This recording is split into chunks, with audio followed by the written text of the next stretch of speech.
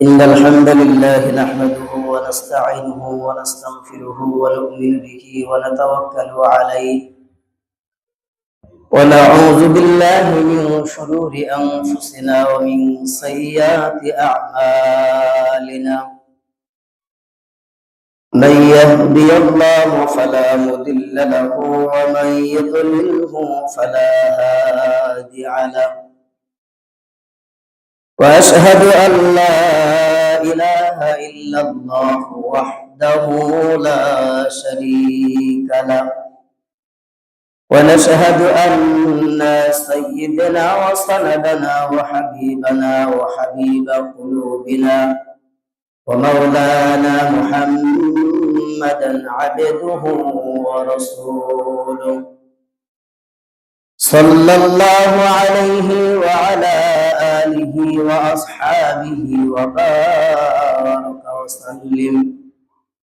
أما بعد، فأعوذ بالله من الشيطان الرجيم. بسم الله الرحمن الرحيم. يا أيها الذين آمنوا كتب عليكم الصيام كما كتب على الذين من قبلكم لعلكم تتقون.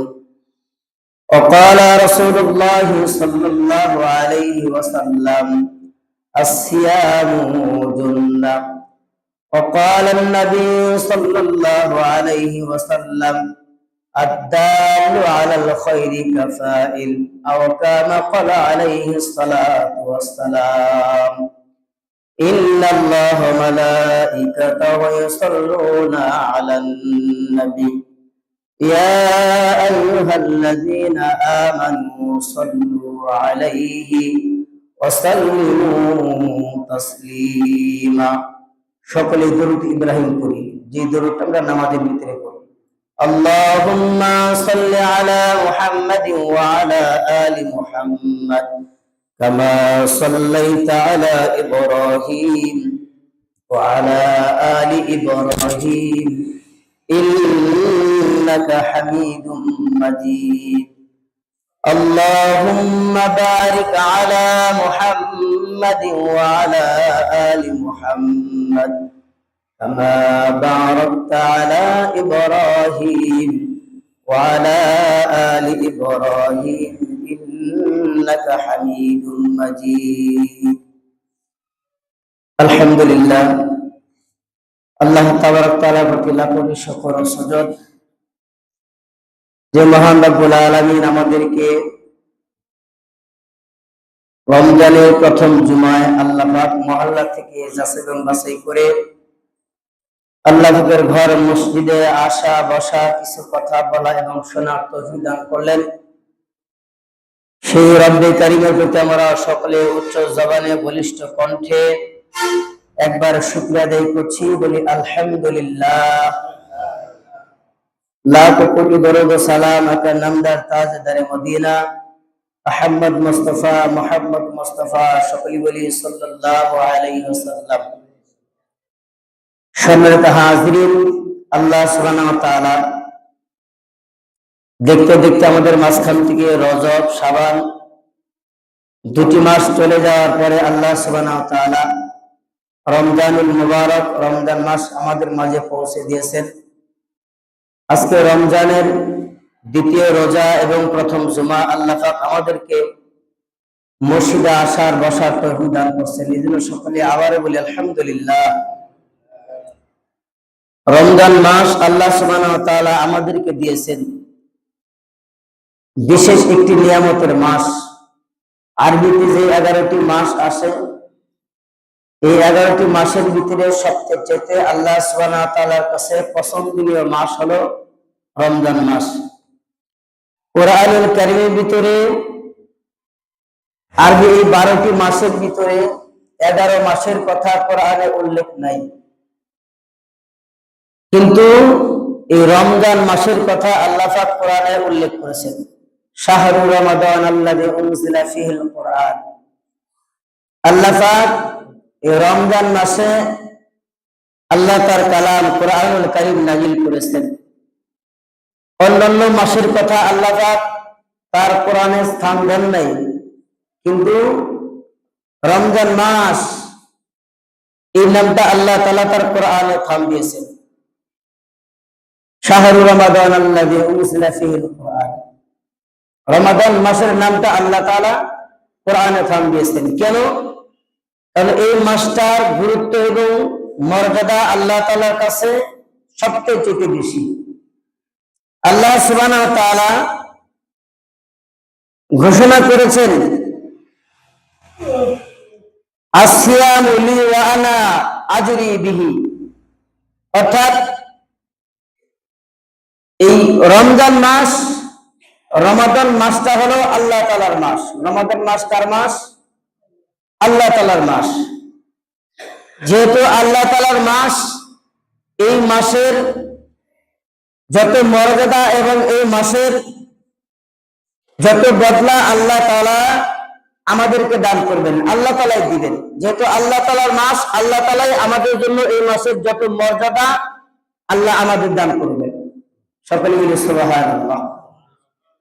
এই জন্য সন্ন্যত হাজিরিন, আল্লাহ পাক আমাদেরকে রমজানের জুমায় আসার জন্য তৌফিক দান করছেন। আমি আপনাদের সম্মুখে একটি আয়াতে কারিমা এবং রাসূল আকরাম সাল্লাল্লাহু আলাইহি ওয়াসাল্লামের অসংখ্য হাদিস থেকে একটি হাদিস তেলাওয়াত করেছি। আল্লাহ সুবহানাহু ওয়া তাআলা বলেছেন, ইয়া আইয়ুহাল্লাযীনা আমানু কুতিবা আলাইকুমুস সিয়াম কামা কুতিবা আলাল লাযীনা মিন ক্বাবলিকুম লাআল্লাকুম তাত্তাকুন। আল্লাহ পাক আমাদেরকে ডাক দিয়ে বলছেন, হে ঈমানদাররা, হে বিশ্বাসীরা, কুতিবা আলাইকুমুস সিয়াম, তোমাদের উপরে রমজানের 30টা রোজা ফরজ করা হয়েছে। কামা কুতিবা আলাল লাযীনা মিন ক্বাবলিকুম, শুধু তোমাদের উপরে ফরজ করা হয়েছে এরকম নয়, তোমাদের পূর্ববর্তী যারা ছিল তাদের উপরেও এই রোজা ফরজ করা হয়েছিল। কেন জানো? লাআল্লাকুম তাত্তাকুন, যাতে তোমরা পরহেজগার বান্দা হতে পারো, আল্লাহওয়ালা বান্দা হতে পারো, মুত্তাকি বান্দা হতে পারো, যাতে তোমাদের ভিতরে তাকওয়া, আল্লাহর ভয় অর্জিত হয়। বলেন সুবহানাল্লাহ। এই রমজান মাসটা অতি গুরুত্ব। আল্লাহ সুবহানাহু ওয়া তাআলা এই রমজান মাসে প্রথম 10 দিন রহমত দিয়েছেন, মাঝের 10 দিন মাগফিরাত এবং শেষের 10 দিন নাজাত। যে ব্যক্তি রমজান পেল কিন্তু নিজের গুনাহকে মাফ করাইতে পারল না, তার মতো হতভাগা এই জমিনে নাই। আল্লাহ রাসূল সাল্লাল্লাহু আলাইহি ওয়াসাল্লাম একদিন মসজিদে বয়ানের সময় যখন এরকম মেম্বারের ভিতরে উঠবেন, মেম্বারের ভিতরে ওঠার সময় প্রথম সিটে যখন পা রাখছেন, আল্লাহ রাসূল সাল্লাল্লাহু আলাইহি ওয়াসাল্লাম বলছেন আমিন। দ্বিতীয় সিঁড়িতে যখন পা রাখছেন তখনও বলছেন আমিন। তৃতীয় সিঁড়িতে যখন পা রাখছেন তখনও বলছেন আমিন। সাহাবায়ে কেরাম জিজ্ঞাসা করলেন, ওগো আল্লাহর নবীজি, অন্যান্য দিনের মতো নয়, অন্যান্য দিন তো আপনি সরাসরি এসে বসে পড়েন, কিন্তু আজকে একটু ভিন্নতা অবলম্বন করলাম। ভিন্নতা হলো যে আপনি যখন মেম্বারে বসবেন, প্রথম সিঁড়িতে যখন পা রাখলেন তখন বললেন আমিন, দ্বিতীয় সিঁড়িতে পা রাখলেন বললেন আমিন, তৃতীয় সিঁড়িতে পা রাখলেন বললেন আমিন। কেন? আল্লাহ রাসূল সাল্লাল্লাহু আলাইহি ওয়াসাল্লাম বললেন যে আমি যা দেখি তোমরা তা দেখো না। এই মাত্র জিবরাইল আলাইহিস সালাতু ওয়াস সালাম আমার উপরে ওহী নিয়ে আসে। তো এইটা কি?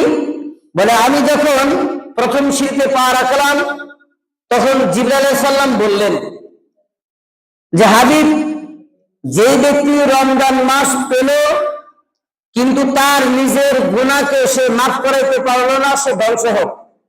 আমি রাসূল ফেরেশতাদের সাথে আমিন বললাম। দ্বিতীয় সিঁড়িতে যখন পা রাখলাম, জিবরাইল আলাইহিস সালাম আমাকে বললেন, ওগো আল্লাহর নবীজি, যার ঘরে মা এবং বাবা, মা বাবা দুজনেই জীবিত আছে, অথবা মা জীবিত আছে বাবা নেই, অথবা বাবা জীবিত আছে মা নেই, কিন্তু ওই সন্তান মা বাবার খেদমত করে যে ব্যক্তি নিজের জান্নাতকে কামাই করতে পারলো না, ওই সন্তান ধ্বংস হোক। আমি বললাম আমিন। এবং যে ব্যক্তি আমি মুহাম্মদ রাসূলুল্লাহ সাল্লাল্লাহু আলাইহি ওয়াসাল্লাম, যে ব্যক্তি আমি রসুলের নাম শোনার পরে আমার উপরে দরুদ পড়ে না, অর্থাৎ সাল্লাল্লাহু আলাইহি ওয়াসাল্লাম বলে না, ওই ব্যক্তি ধ্বংস হোক। আমি বললাম যে আমিন। এইখান থেকে বোঝা গেল, হাদিস থেকে স্পষ্ট যে যে ব্যক্তি রমজান পেলেন পাওয়ার পরে যে ব্যক্তি গুনাহ মাফ করাইতে পারে নাই, ওই ব্যক্তির ব্যাপারে আল্লাহ রসুলের কোন শাফাআত, কোন সুপারিশ আল্লাহ নবীজি করবেন না। যে সন্তানের উপরে মা বাবা অসন্তুষ্ট, ওই সন্তানের প্রতি আল্লাহ রসুলের কোন, আল্লাহ রসুল সাল্লাল্লাহু আলাইহি ওয়াসাল্লামের কোন কি থাকবে না, কোন শাফাআত থাকবে না, তার পক্ষে কোন সুপারিশ থাকবে না। যে ব্যক্তি রসুলের উপরে দরুদ শরীফ পড়বে না, ওই ব্যক্তিকে আল্লাহ নবীজি কখনো শাফাআত করবে না। এই জন্য সামনে হাজিরিন, যেহেতু রমজান মাস আমরা পেয়েছি, আল্লাহ সুবহানাহু ওয়া তাআলার কাছে দোয়া করব যে আল্লাহ পাক যেন রমজানের 30টা রোজা আমাকে সহ আপনাদের সকলকে আমল করার তৌফিক দান করে। সকলে বলে আমিন। সামনে হাজিরিন, এই জন্য আল্লাহ সুবহানাহু ওয়া তাআলা কালামে হাকিমের ভিতরে ঘোষণা করেছেন, ইয়া আইয়ুহান নাস ক্বাদ আযলামু শাহরুল আযীম। আল্লাহ আমাদেরকে বলছেন, হে লোক সকল, তোমাদের সামনে অর্থাৎ তোমাদের নিকটবর্তী একটি মাস এসেছে, রমজানুল মুবারক। বলেন সুবহানাল্লাহ। আমাদের নিকটে রমজানুল মুবারক আসছে কিনা? আমরা যে মাসে বসে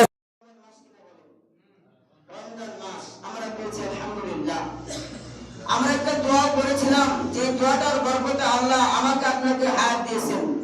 আল্লাহুম্মা বারিক লানা ফি রজব ওয়া শাবান ওয়া বাল্লিগনা রমাদান। এই দোয়াটা আমরা করেছিলাম।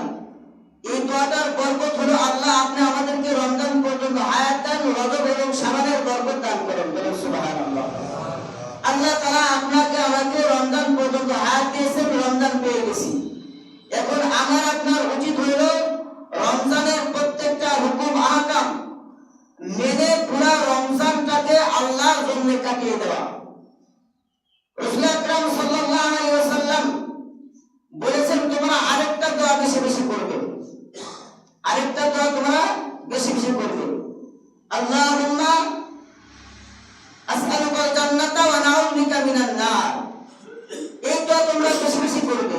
এই দোয়াটার অর্থ হলো যে আল্লাহ আমাদেরকে আপনি জান্নাত পর্যন্ত পৌঁছায় দেন, আমরা জান্নাত চাই, আপনি আমাদেরকে জান্নাত দেন। এবং জাহান্নামের আগুন থেকে পানা চাই, আল্লাহ জাহান্নামের আগুন থেকে আমাদেরকে মুক্ত করেন। বলেন সুবহানাল্লাহ। এই দোয়াটা বেশি বেশি করা। এই জন্য সামনে হাজিরিন, যেহেতু রমজানুল মুবারক আমরা পেয়েছি, রমজানের প্রত্যেকটা হুকুম আহকাম আমাদের মানতে হবে। 30টা রোজা আমাদের মানতে হবে। যে ব্যক্তি 30টা রোজা রাখবে, আল্লাহ সুবহানাহু ওয়া তাআলা তার গোটা জিন্দেগীর গুনাহ খাতাগুলি মাফ করে দিবেন। বলেন সুবহানাল্লাহ। সমস্ত গুনাহ খাতাগুলি আল্লাহ কি করবেন? মাফ করে দিবেন। এখন যারা রোজা রাখবে না, তাদের গুনাহ কি মাফ হবে? তাদের গুনাহ মাফ হবে? তাদের গুনাহ মাফ হবে না।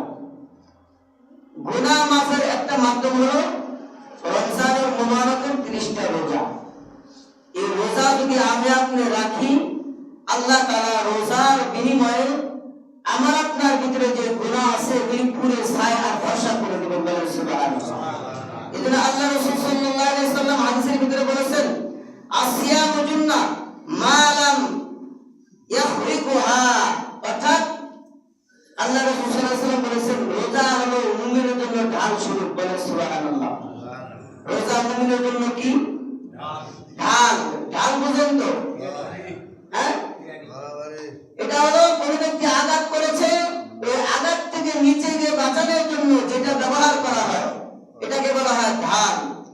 ঠিক তদ্রূপ ভাবে শয়তানের কুপ্রবৃত্তি থেকে, গুনাহ থেকে, অশ্লীল ব্যায়ামনা খারাপ কাজ থেকে যদি নিজেকে বাঁচাইতে চাই, তাহলে এই রোজার কোনো বিকল্প নাই। 30টা রোজার মাধ্যমে আমি গুনাহ থেকে বাঁচতে পারবো, নফসে আম্মারা থেকে বাঁচতে পারবো, সমস্ত ফাহিশা কাজ থেকে বাঁচতে পারবো। আর যদি আমি রোজা না রাখি, কখনো গুনাহ থেকে বাঁচতে পারবো না।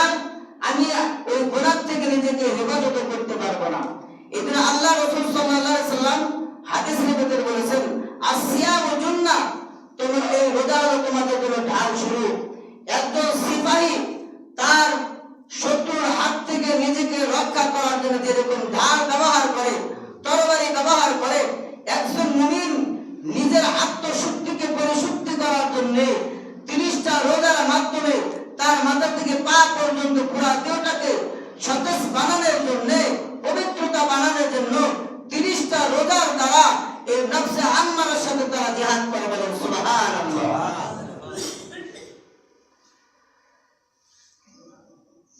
এই 30টা রোজা যদি আমি রাখি তাহলে আমার আপনার জন্য কাল কিয়ামতের ময়দানে হাসরের মাঠে ঢাল হিসাবে খারাপ। আর যদি রোজাটা আমি রাখছি কিন্তু পরিপূর্ণ রোজা রাখতে পারিনি, বলেন তো দেখি রোজা শব্দের যে বাংলা ডিকশনারি আছে দেখবেন রোজা শব্দের অর্থ হলো উপবাস থাকা। কি থাকা? উপবাস থাকা। আর সিয়াম শব্দের অর্থ হলো বিরত থাকা। সিয়াম শব্দের অর্থ কি? বিরত থাকা। আর রোজা শব্দের অর্থ হলো উপবাস থাকা। আমরা অনেকেই উপবাস থাকি, সিয়াম রাখতে পারি না। সিয়াম রাখাটা কষ্টকর, রোজা রাখাটা সহজ। সিয়াম রাখাটা কষ্টকর এই জন্য কারণ সমস্ত পাপাচার, সমস্ত মিথ্যা, গীবত, শেখায়েত, চগলখড়ি, সুদখড়ি, জিনাখড়ি অর্থাৎ সমস্ত পাপা কাজ থেকে বিরত থাকার নাম সুবে সাদেক থেকে নিয়ে অর্থাৎ সেহরি যে খায় ওইখান থেকে নিয়ে সন্ধ্যা পর্যন্ত অনাহারে থাকার নাম হলো সিয়াম। বলে সুবহানাল্লাহ। আর যদি আমরা রোজা রাখছি, মুখ থেকে ফাহিশা কথা বাদ দিতে পারি না, মানুষকে খারাপ গালি দেয় এটা বাদ দিতে পারি নাই, চগলখড়ি বাদ দিতে পারি নাই, সুদখড়ি বাদ দিতে পারি নাই, জেনা করা বাদ দিতে পারি নাই, পরের গীবত করা বাদ দিতে পারি নাই, তাহলে রোজা থাকার পরে যদি কালে আমরা এগুলি করি, রাসূল বলেছেন এটা তার রোজা হবে, এটা তার সিয়াম হবে না, এটা রোজা থাকার মতো হবে, উপবাস থাকার মতো হবে। সকাল থেকে সন্ধ্যা পর্যন্ত একজন ব্যক্তি এরকম যদি কোনো কিছু পানাহার না করে যেমনি তাকে উপবাস বলা হয়, ঠিক ততটুকু পাত্র উপবাস থাকা হবে, সিয়াম হবে না, রোজা হবে না। ঠিক কিনা? রোজা হবে না।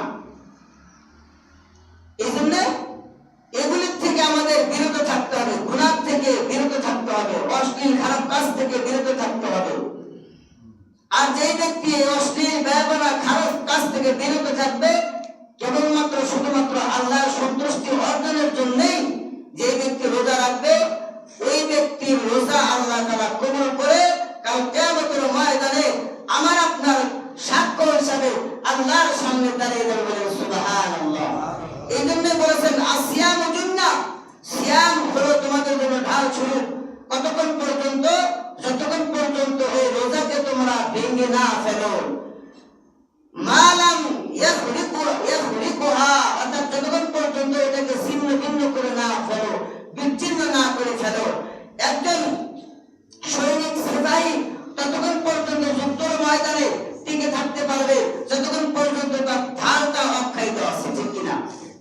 তরবারি অক্ষায়িত আছে, নষ্ট হয় নাই, ভেঙে যায় নাই, এতক্ষণ পর্যন্ত সে টিকে থাকতে পারবে।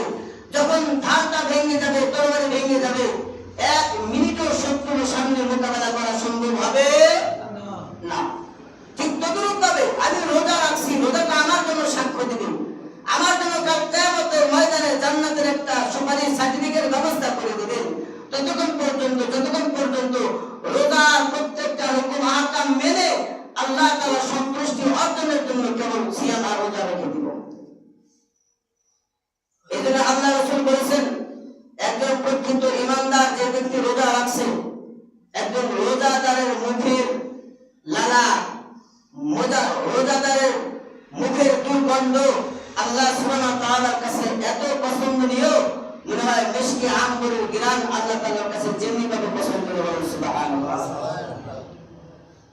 আমরা সারাদিন সিগারেট খাইছি, পান খাইছি, জর্দা খাইছি, খানা খাইছি, এখন বলেন তো দেখি ওগুলি বাদ দিলাম, একজন মানুষ সকাল থেকে সন্ধ্যা পর্যন্ত যদি পানাহারে থাকে, সন্ধ্যার সময় কারোর সামনে কথা বললে দুর্গন্ধে যাওয়া যায়? কথা বলেন, যাওয়া যায়? যাওয়া যায় না। অথচ আল্লাহ সুবহানাহু ওয়া তাআলা এই গন্ধটাকে, অর্থাৎ তিক্ত যে ঠেকুরটা আসে, এই ঠেকুরটাকে আল্লাহ তাআলা সুবহানাহু ওয়া তাআলার কাছে এত পছন্দনীয়, যেমন পছন্দের মিশকে আম্বরের গ্রাম। সুবহানাল্লাহ। মিশকে আম্বরের গ্রাম এটা কি জান্নাতের ভিতরে আসবে, জান্নাতের খুলবো। আমাকে আপনাকে যখন জান্নাতের ভিতরে রাখা হবে, এই মিশকে আম্বরের গ্রাম দিয়ে পুরো জান্নাতটাকে সুসজ্জিত করা হবে। একটু চিল্লা বলেন সুবহানাল্লাহ। এইজন্য সম্মানিত হাজিরিন, রোজাদারের বিষয়ে আল্লাহ সুবহানাহু ওয়া তাআলা রাসূলের মাধ্যমে বলে দিয়েছেন যে একজন রোজাদারের কি পরিমাণ সম্মান আল্লাহ তাআলার কাছে। এক নম্বর হলো রোজাদারের মুখের দুর্গন্ধ আল্লাহ তাআলার কাছে মিশকে আম্বরের চাইতে পছন্দের। বলে সুবহানাল্লাহ। দ্বিতীয় নম্বর, রোজাদারের জন্য আল্লাহ সুবহানাহু ওয়া তাআলার পক্ষ থেকে যত মাখলুকাত আছে, মাখলুকাতের ভিতরে মাছ একটা প্রাণী, এই প্রাণী এই রোজাদারের জন্য দোয়া করে। বলেন সুবহানাল্লাহ।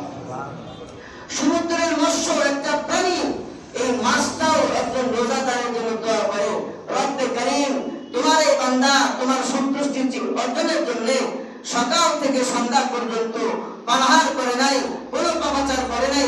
ইচ্ছা করলে সে পাপাচার করতে পারত, স্ত্রীর সাথে তো সে জনমিলন করতে পারত, সে অন্যায় করতে পারত, মিথ্যা বলতে পারত, চগলখড়ি করতে পারত, সুদ খেতে পারত, অবৈধভাবে ঘুষ নিতে পারত। আল্লাহ এগুলো কিচ্ছু করে নাই, একমাত্র ইচ্ছা করেছে রোজাটা তোমার জন্য রাখা, সমস্ত ফাহিশা কাজ থেকে বিরত থাকছে। ওগো রব্বুল আলামিন তার রোজাকে তুমি কবুল করো। সুবহানাল্লাহ। এইভাবে দোয়া করতে থাকি। আল্লাহ রাসূল সাল্লাল্লাহু আলাইহি ওয়াসাল্লাম বলেন, শুধু যে মৎস্যরা রোজাদার ব্যক্তির জন্য দোয়া করে তাই নয়, আল্লাহ সুবহানাহু ওয়া তাআলা ঘোষণা করেছেন আসমানের উপরে এবং জমিনের উপরে যত ফেরেশতারা আছে, সমস্ত ফেরেশতারা রোজাদার ব্যক্তির জন্য দোয়া করে, অর্থাৎ ক্ষমা মার্জনার জন্য প্রার্থনা করে। ফেরেশতারা ডাক দেয়া বলে, ওগো রব্বুল আলামিন আপনার বান্দারা অতীতে মাসগুলোতে গুনাহ করলেও রমজান মাস পাওয়ার পরে তাকওয়া আল্লাহ আপনার ভয় অন্তরে নিয়ে আপনার বান্দা রোজা রেখেছে, তাকে দেখেন ইচ্ছা করলে সে পানাহার করতে পারত, দুনিয়ার কেউ দেখত না, দুনিয়ার কোনো মানুষ দেখত না, আর দেখলে বাকি মানুষ তাকে কিছু বলতে পারত না, কারণ আপনার ভয় অন্তরে থাকার কারণে সে পানাহার করে নাই। সকাল থেকে সন্ধ্যা পর্যন্ত পানাহারে থাকছে, রোজা রাখছে। রব্বুল আলামিন তার রোজাকে কবুল করে রোজার মাধ্যমে তার নামটা জান্নাতের খাতায় লিপিবদ্ধ করে দেন। এইভাবে ফেরেশতারা রোজাদারের জন্য দোয়া করতে থাকে, যদি ওই রোজাদার আসলে পরিপূর্ণ সমস্ত ভাষা কাজ থেকে যদি বিরত থাকতে পারে। দ্বিতীয় নম্বর, আল্লাহ সুবহানাহু ওয়া তাআলা বলেছেন, আল্লাহ জাল্লা শানুহু ওই রোজাদার ব্যক্তির জন্য যাতে শয়তান ওয়াসওয়াসা না দিতে পারে, রমজানুল মুবারকের সমস্ত খারাপ জিন এবং দুষ্ট জিন শয়তান যারা আছে তাদেরকে বন্দী করে রাখা হয়। তাদেরকে কি করে রাখা হয়? বন্দী করে রাখা হয়। এর কারণ হলো যখন বন্দী করে রাখা হয়, দেখবেন অন্য অন্য মাসে যেই রকম গুনার কাজ আমদান থাকে, ওই রকম গুনার কাজ আমদান আর রমজান মাসে থাকে না। থাকে যেই ব্যক্তি দেখবেন 11টি মাস গুনাহ করেছে, এরপরে রমজান আসার পরে যদি তার সামনে কেউ গুনার কাজ করে, সে বলে ভাই রমজান মাস গুনাহটা বন্ধ করো, খারাপ কাজটা বন্ধ করো। বলে কিনা? বলে কিনা? এর মানে হলো কি? বলে তার ভিতরে যে শয়তান ছিল, এই শয়তান যে ওয়াসওয়াসা দিয়েছে, শয়তানের হাত থেকে আল্লাহ তাআলা বাঁচিয়ে দিয়েছেন। এই সমস্ত জিন শয়তানকে আল্লাহ তাআলা বন্দী করে রাখছেন। এবং এরপরে বোঝা যায় যে তাহলে মানুষ কেন তার মানে গুনাহ করে। মানুষের ভিতরে তিনটা নফস আছে, নফসে আম্মারা, নফসে মুতমাইন্না, নফসে লাওয়ামা। যখন কোনো মানুষের নফসে আম্মারা কেঁপে যায়, তখন এই মানুষটা গুনাহ করে। আর এই নফসে আম্মারাকে তোমায় রাখার জন্য আল্লাহ তাআলা আমার আপনার জন্য 30টা রোজা অর্থাৎ সিয়াম দিয়েছেন। বলেন সুবহানাল্লাহ। নিজের নফসকে দমন করার জন্যই রোজা দিয়েছেন। আমরা যদি 30টা রোজা রাখি তাহলে গুনার কাজ করতে পারবো না, আমার নফসটা দমন হবে। বলেন সুবহানাল্লাহ। এজন্য সন্ধ্যা হাজিরিন 30টা রোজা আমাদের রাখতে হবে কিনা? বলেন রাখতে হবে কিনা? নাকি না রাখলে হবে? আমরা যদি জান্নাতের মেহমান হতে চাই তাহলে রমজানুল মুবারক আমাদের তাবলীগ জামাতের যিনি প্রতিষ্ঠাতা আল্লামা ইলিয়াস রহমাতুল্লাহি আলাইহি, ওনার ছোট্ট একটি ঘটনা। উনি জীবদ্দশায় যখন রমজান মাস আসতেন, ওনার সাথে কেউ সাক্ষাৎ করার জন্য গেলেও উনি কারোর সাথে সাক্ষাৎ করতেন না। ওনার সাক্ষাৎটা বলতেন যে রমজান মাস যে এসেছে এটা আমরা না বুঝলেও আমরা বুঝতে পেরেছি যে এটা রমজান মাস চলতেছে। আমরা শায়েখ ইলিয়াস রহমাতুল্লাহি আলাইহিকে দেখে বুঝতাম যে এখন রমজান মাস চলতেছে। অর্থাৎ রমজান আসলে উনি ওনার বিবির সাথে কথা বলা বন্ধ করে দিতেন। উনি ঘরের ভিতরে ঢুকে যাইতেন, দুনিয়ার কারোর সাথে কথা বলতেন না। উনি রমজানের প্রত্যেকটা হুকুম আহকাম মানতেন। কোন বাদশাহ যদি তার সাথে দেখা করার জন্য যেতেন, উনি দেখা করতেন না ওই মাসের ভিতরে। তাহলে রমজানটাকে কেমন গুরুত্ব দিয়েছেন বলেন, কেমন গুরুত্ব দিয়েছেন। আর আমরা এই রমজানের মোবারককে কেমন গুরুত্ব দিই? আমরা এরকম গুরুত্ব দিই না। বা আমরা যারা বাবা আছি, আমরা যারা মা আছি, আমার সন্তানের এখন রোজা ফরজ হয়েছে, এরপরেও সন্তানের কষ্ট হবে বিধায় আমি আমার সন্তানকে রোজা রাখতে দিই না। অনেক বাবা আছে বলে এখন তোমাকে রোজা রাখতে হবে না, রোজা করে রাখো, এখন পরীক্ষা দিবে সামনে, তুমি রোজা রাখো না, মানে তোমার এখনো বয়স নেই, রোজা রাখো না। এগুলো আমরা বলি কিনা বলেন, বলি কিনা?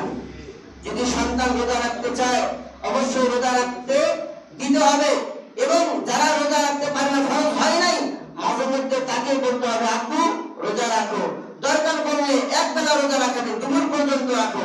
এইভাবে ধীরে ধীরে অভ্যাস করলে দেখবেন রমজান আসলে আর এই সন্তান রমজানের 30টা রোজা বাদ দেবে না, রাখার চেষ্টা করবে। ঠিক কিনা?